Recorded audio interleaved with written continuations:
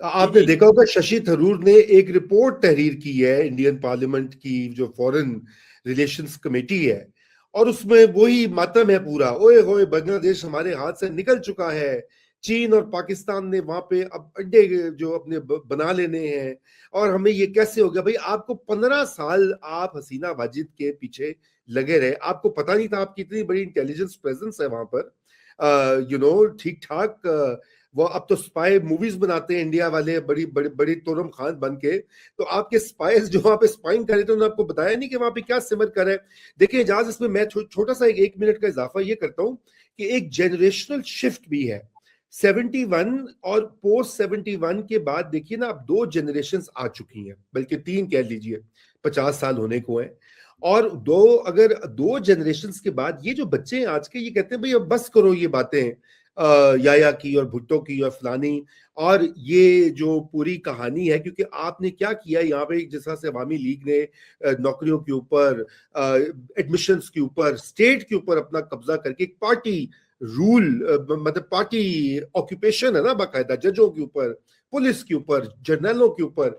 तो हसीना वाजिद ने तो अपने सारे आर्मी के लोग भी पटवारियों की तरह लगाए हुए थे, इफ यू रिमेंबर, कितनों को फांसियां दे दी। तो अब वो एक वो भी गमो गुस्सा, और यही शिफ्ट पाकिस्तान में भी आई है। हम लोग असल में मसला ये कि साउथ एशिया को हम स्टडी नहीं करते कि ये जो डेमोग्राफिक शिफ्ट्स हैं, इनसे कितनी बड़ी तब्दीलियां आ चुकी हैं। बांग्लादेश हो, पाकिस्तान हो, और किसी हद तक हिंदुस्तान भी उसमें शामिल है। तो मुझे तो ये भी एक इसका डायमेंशन लगता है। Would you agree? हाँ बिल्कुल, देखिए बात ये है कि अभी पाकिस्तान की मिसाल ले लें। पाकिस्तान में इस वक्त जो बड़ी पार्टीज हैं, जी उनकी जो क़यादतें हैं, उनकी आप तखमीना लगा लें कि उनकी औसत उम्र जो है वो क्या है। बिल्कुल। ठीक है। अच्छा, उसके बाद आप उसका तकाबली जायजा लें पाकिस्तान के यूथ बल्ज के साथ। That's right, that's right. मतलब 62% जो पाकिस्तान की आबादी है वो 15 से 45 साल की है। करेक्ट, ठीक करेक्ट, है। और जो लीडरान हैं उनकी औसत उम्र जो है वो मिड 70s की है। करेक्ट, अक्रॉस द बोर्ड में बात कर रहा हूं, ठीक है। That's right. अब मुझे आप ये बताएं कि देखिए मतलब है कि जनरेशनल शिफ्ट के अंदर आप, मैं अभी तक ये मैं आप बताऊं ना, ये सेल फोन जो है, ठीक है, मैं अभी तक इसको एक उंगली के साथ जो है टच स्क्रीन को ये करता हूं, ठीक है। वो बच्चे जो हैं वो अपने दो जो थम्स है ना उनके साथ टक टक टक टक टक टक टक, I mean they, it's almost like they are born with the digital gene. That's right, ठीक है, दैट्स जो कि राइट। मैं और आप, we weren't born with a digital no, gene। We were not, बिल्कुल। तो देखिए बात यह है कि उनके जो ख्वाब हैं या उनके जो तासुरात हैं या उनका जो पर्सपेक्टिव है कि सियासत किस तरीके से होनी चाहिए, किस किस्म की उनके पास हकूक होने चाहिए, तो वो वेरी डिफरेंट। मतलब आप बिल्कुल, वही लकीर अगर पीटते रहेंगे तो इसका मतलब है कि आपको समझ नहीं आ रही कि वो तब्दीली जो है वो किस किस्म की आ रही है। करेक्ट। तो so this is not peculiar to Bangladesh, ये बांग्लादेश में भी है, ये नेपाल, अभी नेपाल में देखे ना क्या हुआ है, उससे पहले श्रीलंका में क्या हुआ। या, So absolutely. across the board, in the world, there is a shift happening.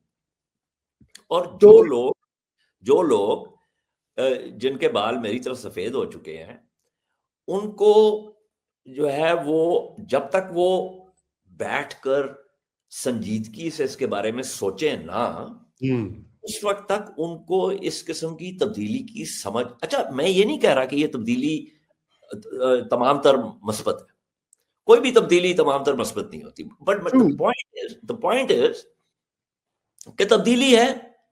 अब उसको अगर आप समझ लें, उसको परख लें और फिर उसके हिसाब से कोई पॉलिसी जो है वो वज़ा करें, उसके हिसाब से सियासत को लेके आगे चलें, उसके हिसाब से जो है वो इकोनॉमिक अपॉर्चुनिटीज दें, उसके हिसाब से अपवर्ड सोशल मोबिलिटी दें, उसके हिसाब से आप तालीम दें, उसके हिसाब से आप सेहत के मामलात जो है, तो फिर तो कोई बात बनती।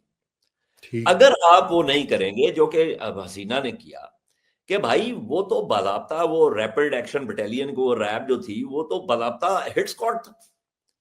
और मैं नहीं कह रहा, इसके ऊपर डॉक्यूमेंट्रीज बनी है बाज़ाब्ता। जी हाँ, जी हाँ। अच्छा, हसीना की काबीना में जो वुज़रा थे वो इतने करप्ट थे कि millions upon millions of dollars Dubai में and elsewhere properties and all of that. जी जी, इम्प्यूनिटी इम्प्यूनिटी थी ना एक तरह की। अच्छा, अब आप ये देखें कि ये शख्स जो है, ये फैसल करीम मसूद जो है, भाई ये भारत क्यों भागा? हाँ, बर्मा क्यों नहीं इसीलिए। गया? अब इसके अंदर एक और बहुत अहम चीज है।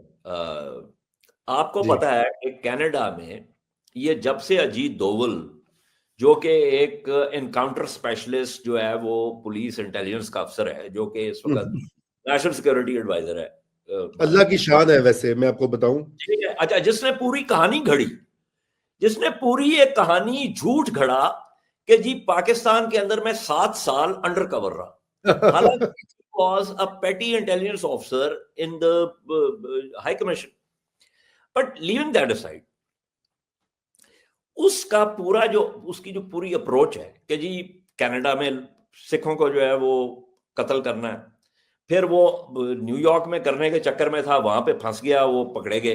हाँ। अच्छा, फिर ऑस्ट्रेलिया में जो है वो 6 बंदे जो है वो उन्होंने निकाले इनके। पाकिस्तान के अंदर तकरीबन 20 जो है वो इस किस्म की असैसिनेशंस हो चुकी हैं। चूंकि हादी का एक एंटी इंडिया स्टांस था और वो स्टूडेंट मूवमेंट का एक बुनियादी जो है वो किरदार था, इन्होंने फैसला किया कि उसको मरवा देना है और उन्होंने उसको मरवा दिया। तो इसी अब आप देखें ना, ढाका में, चिटागोंग में, बिल्कुल। एल्सवेयर जो मुजाहरे हो रहे हैं उसके अंदर बुनियादी बात ही हो रही है। वो कह रहे हैं कि जी इंडिया जी जो हाँ। है वो, इंडिया को निकालो यहां से। Yes, yes, yes.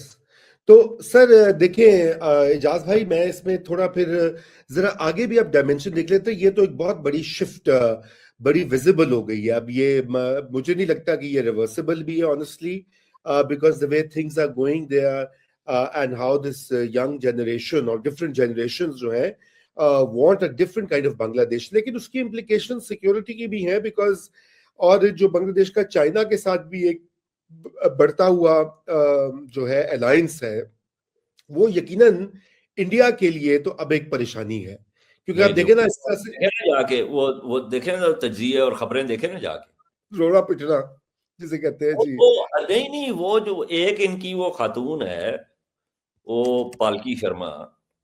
जी जी, अच्छा, बिल्कुल वो उसने पालतू। तुर्की के ऊपर भी किया। अच्छा, तुर्की का बांग्लादेश के साथ एक ताल्लुक बढ़ रहा है। अच्छा, उसने पूरा एक प्रोग्राम कर दिया कि जनाब ये तुर्की का क्या काम है इस खिते में। ओ भाई, हाँ।